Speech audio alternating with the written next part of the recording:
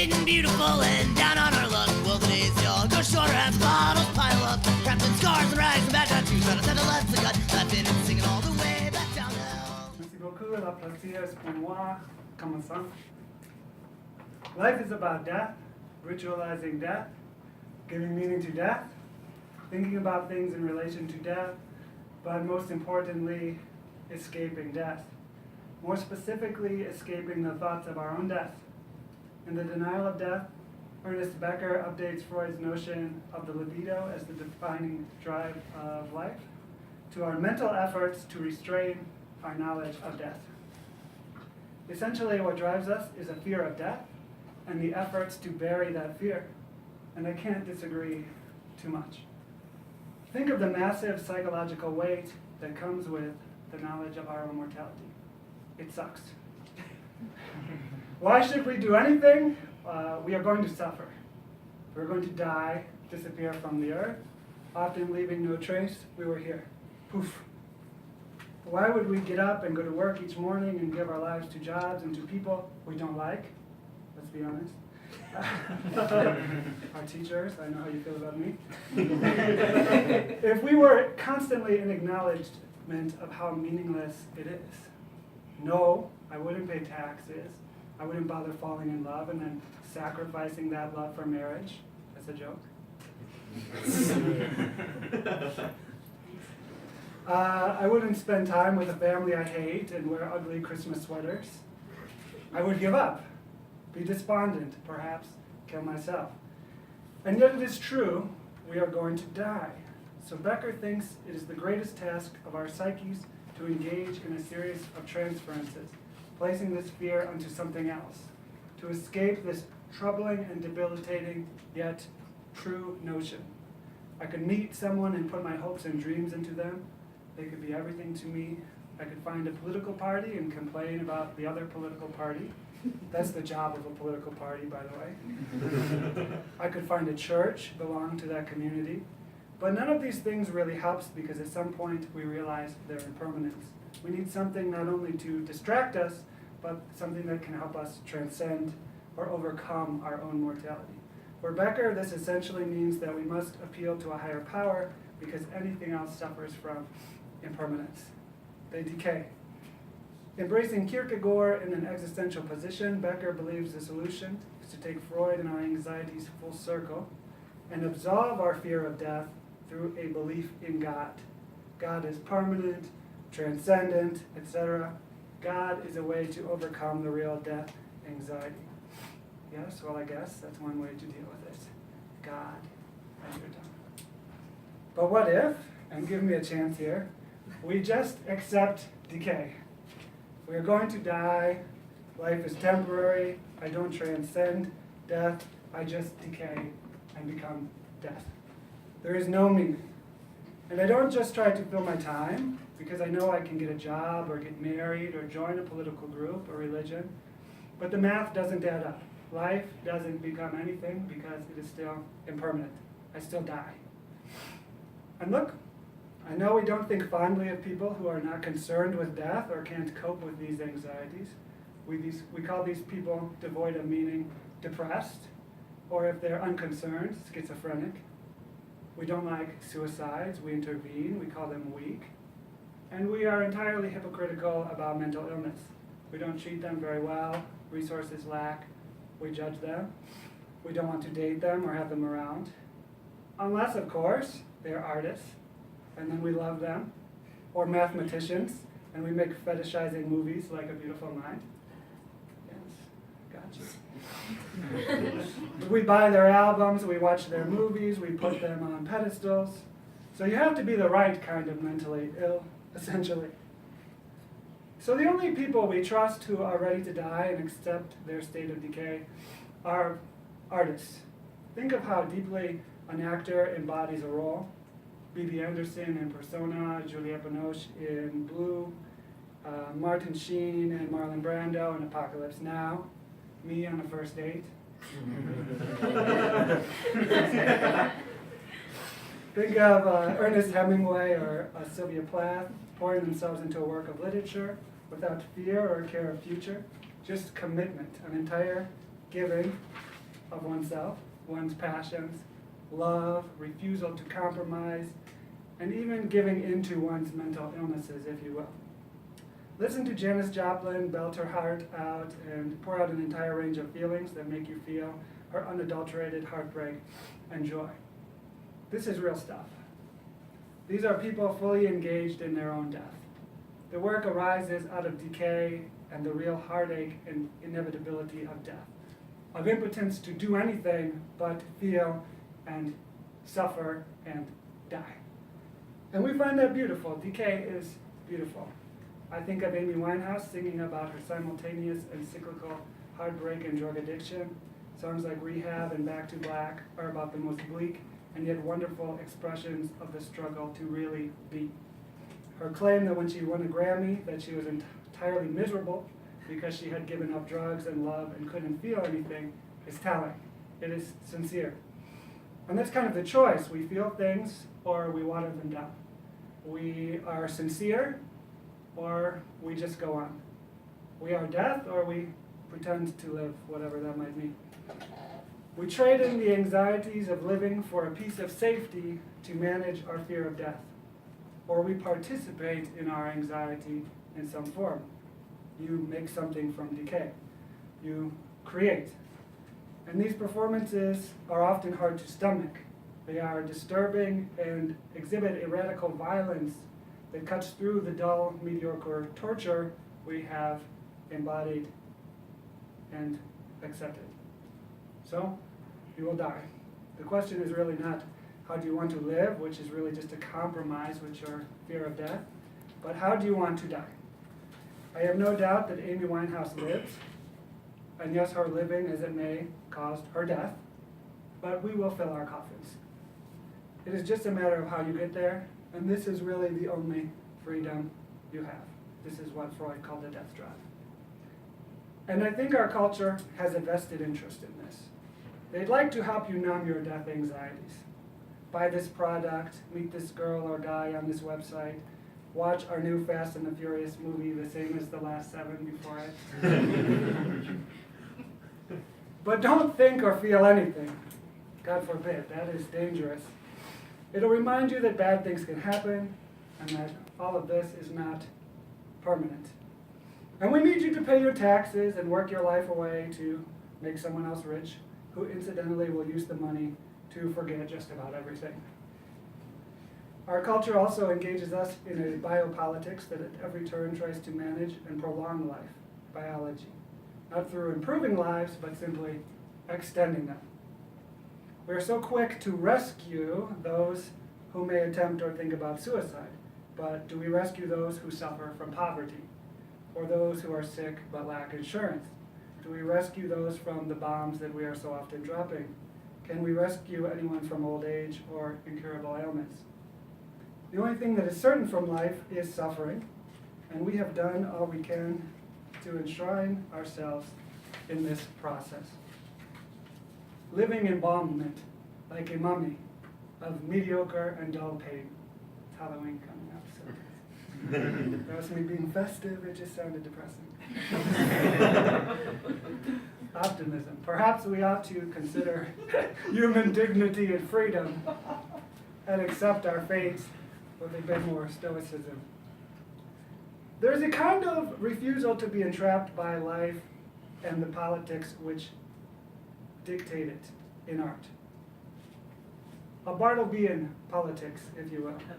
Bartleby was a character in a Herman Melville short story, famous for saying to his employer, "I prefer not to," all the way to his death, completely unwilling to be a part of the world. And this was fantastically shocking to the employer, who had to fire him, have him removed from the office because he preferred not to leave or do anything, and eventually locked away to die. There is something incredibly moving about anyone who refuses participation, and why not?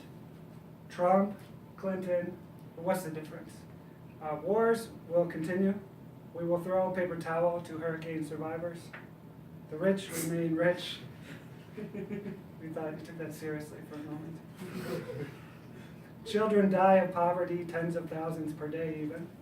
You stay hidden behind the screen of your device, which will rot away in a town in Asia when you're done with it, composed of nothing but old cellular trash that is giving everyone cancer, and are made by the most heroic people of all at Foxconn, Bartleby and sweatshop workers who threw themselves from the windows of the factory only to be caught by nets because Foxconn must appreciate a special kind of Kafkaesque absurdity in their brutality. We enshrine life, which means we celebrate suffering. It is grotesque. It is horrifying. Rape occurs at alarming rates, genocide, climate change, standardized tests. The last one is not as bad, but there's also Nickelback. Nickelback joke. And Eminem still pretending to be hard. Kid Rock wants to be in the Senate after Trump. Why not? We've tried to make the world better, but this is what we humans got. This is what we have come up with. You accept the love you think you deserve, or whatever rom-com cliche you prefer. So, why bother? Non-participation doesn't sound so bad now, right? You know, when we consider all those facts we have been doing our best to ignore, or worse, rationalize. And nothing says civilization like justifying the inhumane treatment of others. And we have a history of colonialism and neo-colonialism to speak to that. Today we dress it up though, we are fancier. None of the savagery of the past. We live in a world of 360-degree surveillance that personalizes our tragedy for us. What Mark Andreevich calls a digital enclosure. We are compelled to disclose ourselves at every mouse click. The information is stored and turned into monetizable data. And then we are sold back compelling advertisements and television previews, dating matches, and God knows whatever else to keep us to continue clicking and sharing everything we know about ourselves so we can, of course, enshrine ourselves in a sort of personal hell on the internet. Privacy is over with. Autonomy is over. Your identity is data code that speaks to other data code, and you just enjoy the ride behind your device screen. Access and access, credit, debt, servitude, freedom are all reduced to the work of networks. The horror is hidden behind your device screen. Real transference, of course, if this was around at the time of Becker's writing, I'm sure this would have been a real thing to turn to. So I think immediately one of our very real concerns should be to refuse to narrativize this violence, to give it any kind of a story, any kind of a reason, to just say that this process of life is violent, brutal, ugly. What we do as humans is meaningless. War, poverty, servitude, nothing can justify them. The fact that we do and we try to give meaning to them is case enough against life, if you ask me. But the artist doesn't care to partake. The suicide doesn't care to partake. They are Bartlebian and they prefer not to engage life if life is the safety of a work cubicle or a digital enclosure. Both are metaphors for the grave anyway. They prefer not to be a part of a world that enshrines suffering. Why bother working 9 to 5 your entire life? Why trade security for passion? What is so worthwhile about this illusion of human value or goodness you've conjured for yourself with all the evidence of brutality? We call suicides mentally ill, but their depression is only defined post hoc. That is that suicide is a symptom of depression, when really all logic would defy this. Why bother? Why participate? Life is not good. We all get sick. We all lose loved ones. And one day it will be like we were never here. As Matthew McConaughey proclaims, not all right, this is a different one. Russ Cole of True Detective. I think the honorable thing for our species to do is to deny our programming, stop reproducing, walk hand in hand into extinction, one last midnight, brothers and sisters opting out of a raw deal. Nobody asked to be born. What a strange and awful coincidence. We didn't ask to be American or whatever race, gender, etc. we are, or to live in a world with Donald Trump. Also with war, with torture, rape, and murder. But Donald Trump. Stop bothering. Cut out of this raw deal. Certainly, at the very least, stop forcing new, unconsenting life to endure it. We don't have kids for their sake, let's be honest. These are little tokens and things we can carry with us. Life starts when we realize we don't owe anyone anything here, because we never asked to be born. This is where freedom starts, this is where art, this is where real creation begins, when we can make this recognition. I would like to make a defense of a group of individuals called traveling kids.